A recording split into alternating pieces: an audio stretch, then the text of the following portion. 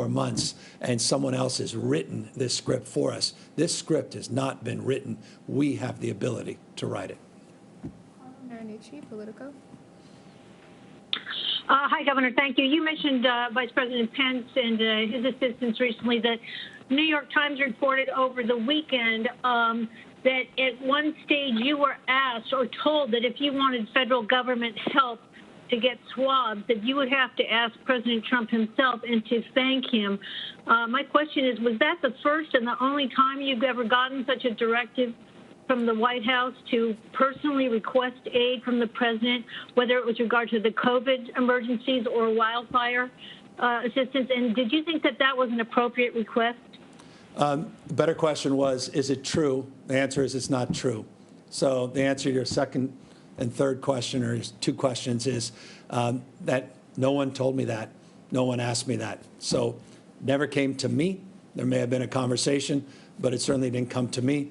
And to the extent that we were able to procure those swabs, we were grateful, and I expressed gratitude, but no one told me to express it. I'm very consistent. Anybody that's watching this, anybody that's willing to help this state, I'm going to express deep gratitude for that help. And I appreciate you acknowledging that we have acknowledged the Vice President's help, specifically as it relates to 190 personnel. We continue to need more support.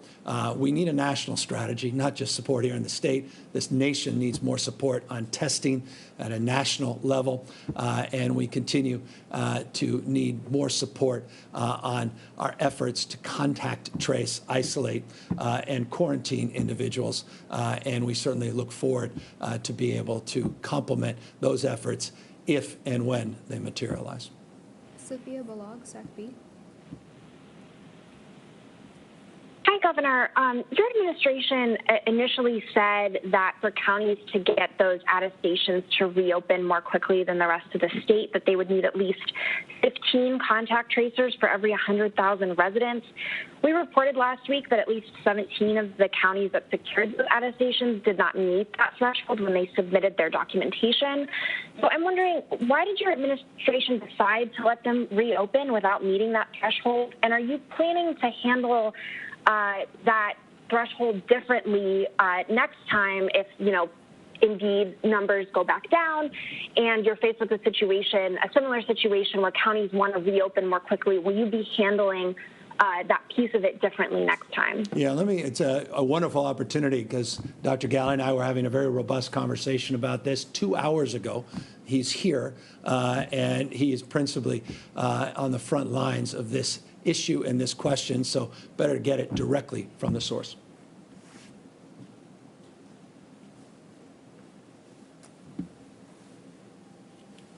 Thank you, Governor. Indeed, when we rolled out our attestation process, we asked counties to demonstrate a number of different things, and one of them was around contact tracing. We asked them to be able to demonstrate the capability and have a plan to build up to 15 per 100,000 residents in their county. And each of those counties did that. They were not required to have them identified, named at the moment.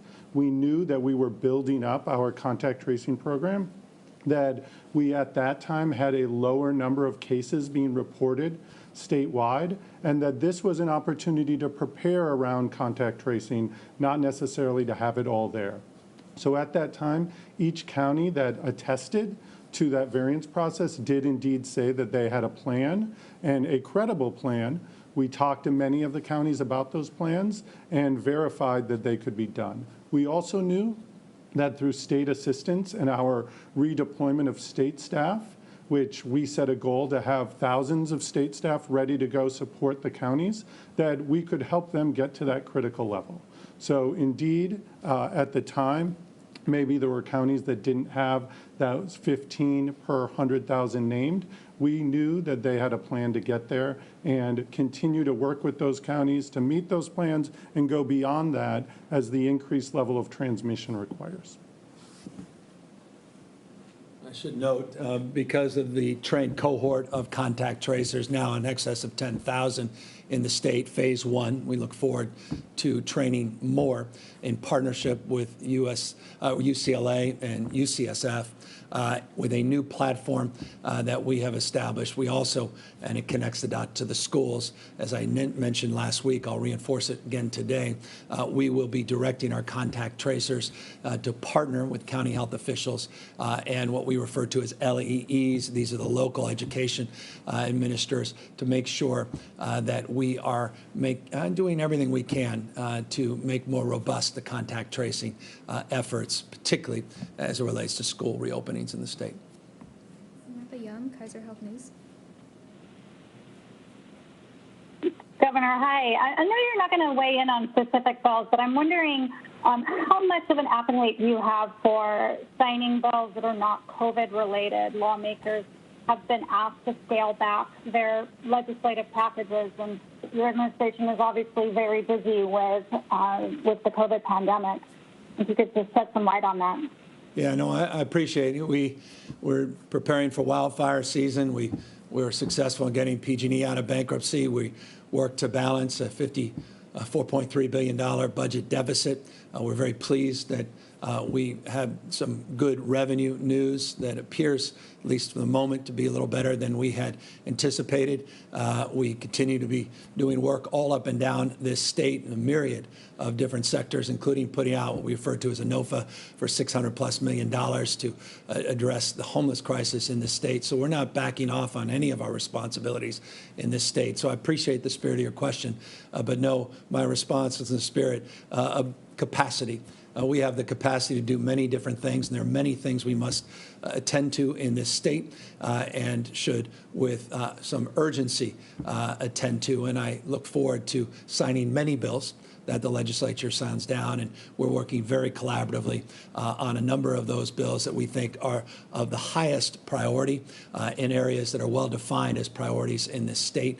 And I'm very grateful to legislative leadership, the Speaker and the Pro Tem, for how they have organized a construct during this very difficult time where they are not in a traditional legislative session. I know how pressure-inducing that is and challenging that is for them, and I just want to compliment them on their leadership and their stewardship, and we look forward to working collaboratively together, particularly over the next, 30 to 60 days. Well, less than that. By the end of August, we've got to work through this legislative session and getting a lot of those things across the desk, hopefully many of them signed, and to the extent we have some disagreements, a few of them, where we may have to send them back for reconsideration.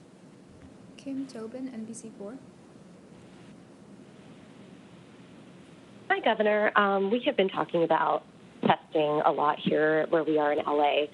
And specifically, some of the issues that we're seeing here that you briefly mentioned, and I wanted to see if you could go into more depth on, was the amount of time it's taking. Right now, places like Quest are saying that they're seeing an average wait time of about 7 days, but we've talked to people who've seen it maybe taking 13 days to get results. And at that point, they maybe have 1 day left to have a day of quarantine. But what's being done to alleviate some of the stress and overflow that the labs are seeing in order for people to get that current status of if they're infected or not? Yeah, no, as you've seen an increase in the total number of tests, and I'll just remind you, you don't need to be reminded, but those that may be tuning in, just remind you, over 100 days ago, we were testing less than 2,000 people a day. That's not a lot of strain on the system in terms of getting those test results back. Now, as we noted, averaging over 124,000 tests a day, no longer 2,000, 124,000 over the last 7 days. It's not just California. You're seeing increased tests across the country. You have these national labs, Quest being one of those national labs, putting pressure. And you're absolutely right to point out these time delays, which are profoundly consequential, particularly in vulnerable populations, congregate settings, skilled nursing facilities, in incarcerated settings, and the like. But all that said, the reason our task force was reconstituted was to substantively answer that question, and the reason Dr. Galley is here today and was here a week or so ago when he laid out the parameters of some of those reforms was also to answer the question on time to results. And because he's standing to my left, 6.5 feet away, I will ask him to answer that more specifically so he can be more LA specific as well. Thanks again, Governor. And yeah, thank you for the question. Absolutely, the turnaround time for tests is a very important issue. We're laser focused on it.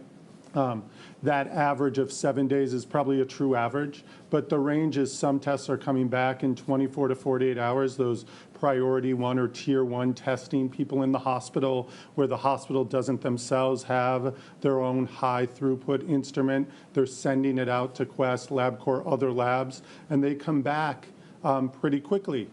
But then there's other tests that are being collected in other settings where that turnaround time is quite long, 13, 14 days indeed.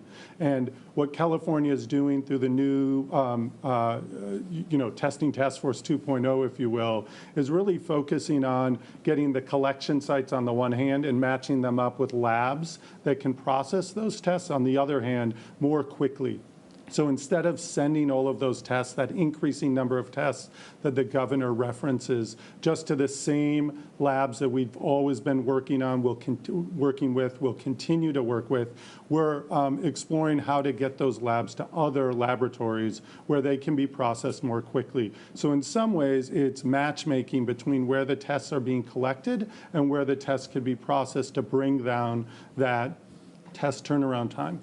All that said, we did lay out last week prioritization or tiering for our tests that both were who should be tested on the one hand, but also how quickly those tests should be processed on the other. And we hope that is going to allow us to make sure those people, those populations that need the fastest turnaround time get it indeed, so that we lower transmission, make better treatment decisions, and serve Californians better all around. Next question. Taryn Luna, LA Times. Governor, your HHS secretary has said that the state's models around contact tracing and transmissions didn't assume these high levels we're seeing today. So where does the responsibility lie for the current shortages and problems? On Californians for not doing the right thing, or on your administration for not having a more realistic projection of what would happen when the state reopened? It's very dynamic, the disease. It's very dynamic in many respects, meaning California was very successful early on, nation's first stay-at-home order, to mitigate the growth of the spread of this disease. We were able to extend that curve for a period of time that gave us some confidence once counties attested, self-attested, to be able to meet certain criteria that we can phase in a reopening of the economy.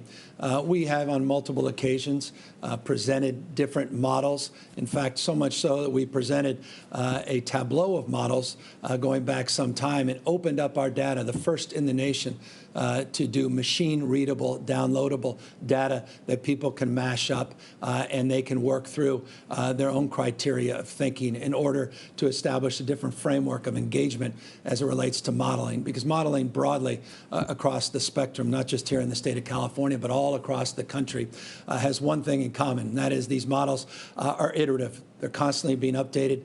They're constantly changing in the basis of different conditions changing. We have fundamentally, though, had a North Star, and that is to prepare ourselves for worst-case scenarios. And we've done that consistently since the beginning of this pandemic. We laid out a strategy to provide a surge plan in the state of California, tens of thousands of new beds that would be available in the worst case scenario related to some of the early modeling that showed an uncontrolled disease pattern that could overwhelm our hospital system, overwhelm our ICUs, overwhelm our capacity in terms of human resources, overwhelm our ability to meet basic needs in terms of PPE and the like. So we went out aggressively and very proudly to get hundreds of millions of masks through a BYD contract. And we brought those in. No other state in the country is more well endowed in terms of having an inventory of masks and PPE. We've distributed an unprecedented amount. We've gone out and we've acknowledged we need to do more on testing, and we have put the accelerator on and increased that testing exponentially. We gave a phase 1 on our contact tracing, and it assumed, you're right, on the modeling 3,600 cases a day, and that's why we continue to test even more people in anticipation that we're going to have to make our contact tracing even more robust still. So it's a constant, never-ending process of iteration. I point no fingers, never have, never will. No fingers. I take responsibility as governor of California because this is my state. I love it, the core of my bones, in my soul. As a fifth-generation Californian, I care about every single person in this state. I don't care if you're a Democrat or Republican, you agree with me, disagree with me. I care about everybody. And my job is to try to bring people together. My job is to try to hold us all to a higher level of accountability and expectation. I can't demand anything of people that they're not willing to do on their own. I just hope to influence a process and a behavior, and that's what today was about. Encouraging people to practice some more personal responsibility along the lines that they have for many, many months. The reason we bent that curve had nothing to do with the state of California. It was a state of mind that was demonstrably advanced by 40 million Californians that met that moment early on and practiced that kind of social distancing through the stay-at-home order that allowed California not to become what other states were experiencing. And now, because we reopened and the modifications and the guidelines weren't universally abided by, we're asking people to just sort of sharpen the focus, sharpen their efforts, and that's exactly what we're doing here today. Final question, Kathleen Ronayne, AP. Hi, Governor. You've talked about the relative safety of outdoor settings compared to indoor. Earlier today, you mentioned that there's new guidance for hairdressers and barbers to be outside. Is there any consideration for letting schools or classrooms operate outside? Could that be part of the waiver process for schools that want to resume in-person learning? It's not currently in terms of the guidelines we put out specifically so far, but I'm open to argument. We're interested in evidence, and certainly we'll work with our local health officials. But we have the guidelines that we set out, we put forth as it relates to this counter monitoring list for 14 consecutive days. Once you're off that, we can start to recalibrate for being open for in-person instruction. We talked about additional waivers that are afforded elementary schools, which are also part of that guideline. And we obviously are doing everything we can to help the collective, and that is to deal with the background infection rates that fundamentally impact the decisions for schools to ultimately open. So with that, let me thank everybody for your questions, your time, and your consideration, tuning in. I want to remind everyone, power and potency of simple act, simple gesture, wearing face covering, again, not just to protect yourself, but to protect others, and moreover, to send a message that's important at this moment, that we are in the midst of this pandemic. It is not going away anytime soon, as much as we all would like it to go away.